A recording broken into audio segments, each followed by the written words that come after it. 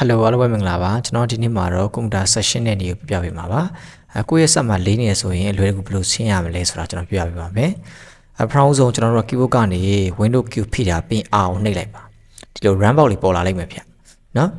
window key ဖိတာပြီးအောင်နှိပ်လိုက်ဗျဒါဆို run box လေးပေါ်လာလိမ့်မယ် run box မှာပထမဆုံးဘာရရမလဲဆိုရင် reset လုပ်ရပြီဗျ RECENT reset လုပ်ရပြီဗျနော်ဒါဆိုဒီလို file လေးပေါ်လာလိမ့်မယ်ဗျနော် window တက်မှာဖြစ် window 11မှာဖြစ်ဒီတိုင်းပဲဗျာနော်ပြီးတော့ keyboard ကနေ control နှိပ်ပြီးတော့အားလုံး select ပေးလိုက်ပါအဲ့တော့ပြီးတော့ကျွန်တော်တို့က shift key ကိုဖိထားပြီး delete ကိုနှိပ်လိုက်ပါဗျာ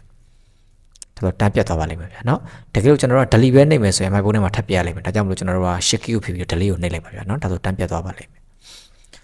okay အဲ့တော့ပြီးတော့နောက်တစ်ခုကကျတော့ဗာလဲဆိုတော့တန်းဗျာ TEMP တန်းဗျာအဲ့တော့ဒီဟာတွေကဗျာကျွန်တော်တို့ကတစ်ချိန်မရိုက်ထည့်ပေးရမှာဗျာကျွန်တော်တို့ကနောက်နေ့ပြန်လို့ရိုက်ထည့်စရာမလိုတော့ဘူးဗျာတစ်ချိန်ကျွန်တော်တို့ကရှင်းထားတယ်ဆိုရင်နောက်ခါကျလို့ရှိရင်သူကအဲ့ဒါလေးပို့လိုက်ပေါ်နေမှာဗျ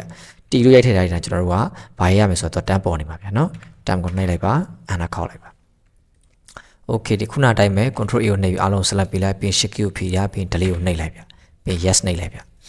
တခါလေကြာရင် file အားလုံးမပြတ်တာမျိုးကြုံတတ်တယ်ဗျနော်တခါကြာရင်ဒါလေးကိုမှတ်ချက်ပေးပြီးတော့ skip ကိုနှိပ်လိုက်ပါ okay ပြီးသွားရင်ဒါကိုပိတ်လိုက်ဗျနော်okay နောက်တစ်ခုကကျတော့ percentage တွေပါပြီးပအောင်ရိုက်ပြီဗျာနော် percentage ပြီး TEMP တက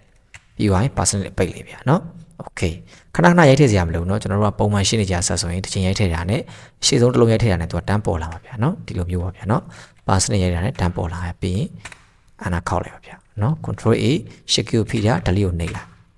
်နော်အဲ့လိုအကုန်လုံးမပြတ်ဘူးဆိုရင် margin တစ်ချက်ပြလိုက်ပါပြီးရင် skip ကိုနှိပ်လိုက်ပါ okay ဗျာနော်ပြောလို့ရှိရင်ကျွန်တော်တို့ကဘာလုပ်မလဲဆိုရင်prefetch လို့ရိုက်ပြရမယ် PREFETCH prefetch လို့ရိုက်ပြရမယ်เนาะပြီးအနာခောက်လိုက်ပါ okay ပြီးရင် keyboard ကနေ control A ကိုနှိပ်လိုက်ပြီးရင် shift key ကိုဖိတာ delete ကိုနှိပ်လိုက် okay เนาะ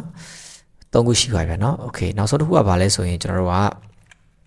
clean mg ရပြ CLEAN clean mg လို့ရိုက်ထည့်ပြီဗျာเนาะပြီးအနာခောက်လိုက်ဗျာเนาะ okay ပြီး okay လေးနှိပ်ပေးပါ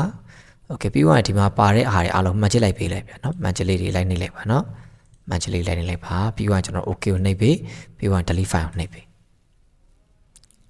အဲ့တော့ဒီလိုရှင်းတာဗျာကျွန်တော်တို့စက်ထဲမှာရှိတဲ့ file တွေကိုဖြတ်ပလိုက်တာမဟုတ်ဘူးเนาะမလိုအပ်တဲ့ file တွေ cache file တွေเนาะအဲ့ဒါကိုကျွန်တော်တို့စက်ကိုပေါ်ပါနေအောင်ပေါ့เนาะလုပ်ပေးတာပေါ့เนาะအဲ့တော့ကျွန်တော်တို့ကပုံမှန်ဒါကိုတရက်တစ်ခေါက်ဒါမှမဟုတ်ရှင်တစ်ပတ်တစ်ခေါက်ပေါ့เนาะတစ်ပတ်တစ်ခေါက်တော့ပုံမှန်လုပ်ပေးတဲ့နေဗျာဒါဆိုကျွန်တော်စက်ကမလေးတော့ဘူးဗျာเนาะပြီးတော့နောက်တစ်ခုကဘာလုပ်ပေးတဲ့သေးလဲဆိုရင်ပေါ့เนาะဒီ search bar လေးကိုချက်ထောက်လိုက်ဗျာเนาะ story လို့ရလဲဗျာ STORAGE stories လို့ရလဲအဲ့ကကြာရင် story setting ဆိုပြီးပေါ်လာလိမ့်မယ်ဗျာ Windows 10ပဲဖြစ်11ဖြစ်ပေါ့เนาะတစ်ချက်နှိပ်လိုက် okay အဲ့တော့ Windows 11မှာတော့ဒီလိုပြရတယ်ပေါ့เนาะ Windows 10မှာလည်းဒီလိုလေးပဲပြရတယ်ဗျာเนาะနည်းနည်းလေးတော့ကွဲတယ်ဗျာเนาะ okay မှာ story set ဆိုတာရှိရဗျာဒီကောင်လေးကိုပုံမှန်ဆိုရင်တော့ပိတ်ထားတယ်ဗျာအဲ့တော့ story set ကိုတစ်ချက် on ပေးပါဗျာเนาะ story set ကိုတစ်ချက် on ပေးပါဗျာပြီးရင်အဲ့ထက်ကိုထောက်ဝင်လိုက်ဗျာเนาะအဲ့တော့ဒီကောင် on လာလို့ရှိရင်သူကဒီပေါ့เนาะကျွန်တော်တို့ရဲ့ story device ထဲမှာရှိတဲ့ဟာတွေကိုသူပုံမှန်ရှင်းပေးမယ်ပေါ့เนาะကျွန်တော်ဘယ်လိုရှင်းကြလဲရှင်းကျင်လဲဟိုမှာနေ့တိုင်းရှင်းကျင်နေ့တိုင်းပေါ့เนาะကျွန်တော်တို့နေ့တိုင်းထားတာတယ်အဲ့တော့ကျွန်တော်တစ်ပတ်တစ်ခေါက်လို့ဆိုအဆင်ပြေပါတယ်เนาะတစ်ပတ်တစ်ခေါက်လောက်ကျွန်တော်ရှင်းပေးပါဒီတစ်ခုကကျတော့ recycle bin တွေက recycle bin ထဲမှာရှိတဲ့အမိုက်တွေပေါ့เนาะဘယ်နည်းတစ်ခေါက်ရှင်းကျင်လဲကျွန်တော်မဖြတ်ဘူးပေါ့เนาะမဖြတ်ဘူးဆိုလို့ရှိရင်ဘယ်နည်းတစ်ခေါက်ရှင်းဒါကတော့ကြိုက်တယ်လို့ပေးကြလို့ရတယ်ဗျာเนาะ okay အထူးကတော့ဒီ story set လေးကိုတစ်ချက်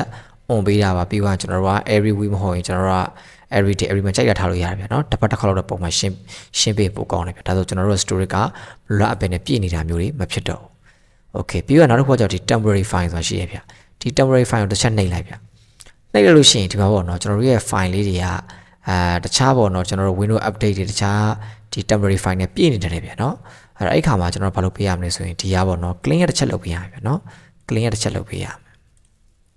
okay ဒါဆိုတော့ချက်ရှင်းပေးနေရဗျာเนาะဒါလေးတစ်ချက်လုပ်ပေးရဗျာအဲ့တော့ဒီနေရာမှာတစ်ခုမှတ်ထားမှာဒီ download ရရအောင်တော့မလုပ်နဲ့เนาะ download ရရအောင်မှန်ချပေးလိုက်လို့ရှိရင်ကျွန်တော် download ဆွဲထားတဲ့ file တွေပေါ့เนาะကျွန်တော်တို့ဒီ this PC ထဲမှာရှိတဲ့ download ရရဟာတွေကပြတ်သွားနိုင်တယ်ဗျာเนาะအဲ့တော့ဒါကိုတော့မှန်ချမပေးပါနဲ့เนาะတခြားတွေကိုတော့မှန်ချပေးလို့ရတယ်ပြီးတော့ကျွန်တော်တို့က remove file လေးတစ်ချက်နှိပ်ပြဗျာเนาะ continue အဲ့တော့တစ်ခါလေးကြာရင်ကြာရတယ်ဗျာเนาะကြာတဲ့ကျွန်တော်အောက်မှာခဏချထားလိုက်ပေါ့เนาะ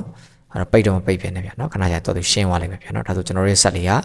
တော်တော်လေးအဆင်ပြေသွားပြီဗျာเนาะအဲ့တော့ဒါလေးကိုတော့ကျွန်တော်တို့က set လေးလာတဲ့ခါမျိုးမှာဒါမှမဟုတ်ကျွန်တော်တို့တစ်ပတ်တစ်ခေါက်လောက်ပုံမှန်လုပ်ပေးတဲ့ဒီ story က sense ကို on ထားနေရတယ်ဗျာเนาะခုနကကျွန်တော်တို့ပြခဲ့တယ်လို့ဘာလို့ရမလဲဆိုရင် window key ကိုဖိတာ on နဲ့ကျွန်တော်ပထမတစ်ခါက reset ပေါ့ เนาะ recent recent နောက်တစ်ခုကကျတော့ဗာလဲဆိုရင် temp ပေါ့เนาะနောက်တစ်ခုကကျတော့ personal temp เนาะ personal ပြန်ပေးပေးပါနောက်တစ်ခုကကျတော့ကျွန်တော်တို့က prefetch prefetch เนาะနောက်တစ်ခုကကျတော့ clean clean mgr ဒါလေးပေါ့เนาะဒါလေးတော့မှတ်ထားမယ်ဗျာဒါကတော့ကျွန်တော်ဘာ software မှာထည့်ကြရမလို့ပဲね Windows ရဲ့ official ပေါ့เนาะစက်ကိုရှင်းနေနေဗျာเนาะအဲ့တော့နောက်တစ်ခုကကျတော့ကျွန်တော်တို့ကဒါကတော့ story ရဲ့ setting ပေါ့เนาะ story setting နဲ့မှာ story ဆန့်လေးကိုတစ်ချက် on ပေးတာပါပြီးသွားရင်ဘယ်နည်းတစ်ခေါက်ရှင်းပါလဲတစ်ပတ်တစ်ခေါက်လားနေ့တိုင်းလားလာတိုင်းလားเนาะအဲ့တော့တစ်ပတ်တစ်ခေါက်เนาะဒါမှမဟုတ်နေ့တိုင်းမထားရင်တော့တစ်ပတ်တစ်ခေါက်တော့ထားတင်တယ်ဗျာเนาะ on တာဒါလေးကိုတစ်ချက်ရွှေ့ပေးထားပါเนาะ okay ပြီးသွားရင် story ထဲမှာ temporary file ဆိုတာရှိတယ်ဗျာเนาะအဲ့ထဲမှာ file တွေကရပဲနဲ့များနေတယ်ဗျာ story တွေများနေတယ်ဗျာเนาะတစ်ခါလေကြာရင်တချို့ set တွေမှာဆို 2GB 3GB လောက်ထိဖြစ်နေတယ်ဗျာအဲ့ခါကြာရင်ကျွန်တော်တို့က clean system file ဒါမှမဟုတ် remove file ကိုတစ်ချက်လုပ်ပေးပါသတိထားမှာဒီ download ဟာကိုမှချင်မပေးပါနဲ့ download ဟာကိုမှချင်ပေးလိုက်ရင် download ရဲ့ဟာတွေပါသွားလိမ့်မယ်ဗျာเนาะ download မှချင်မပေးပါနဲ့အားလုံးကျေးဇူးတင်ပါတယ်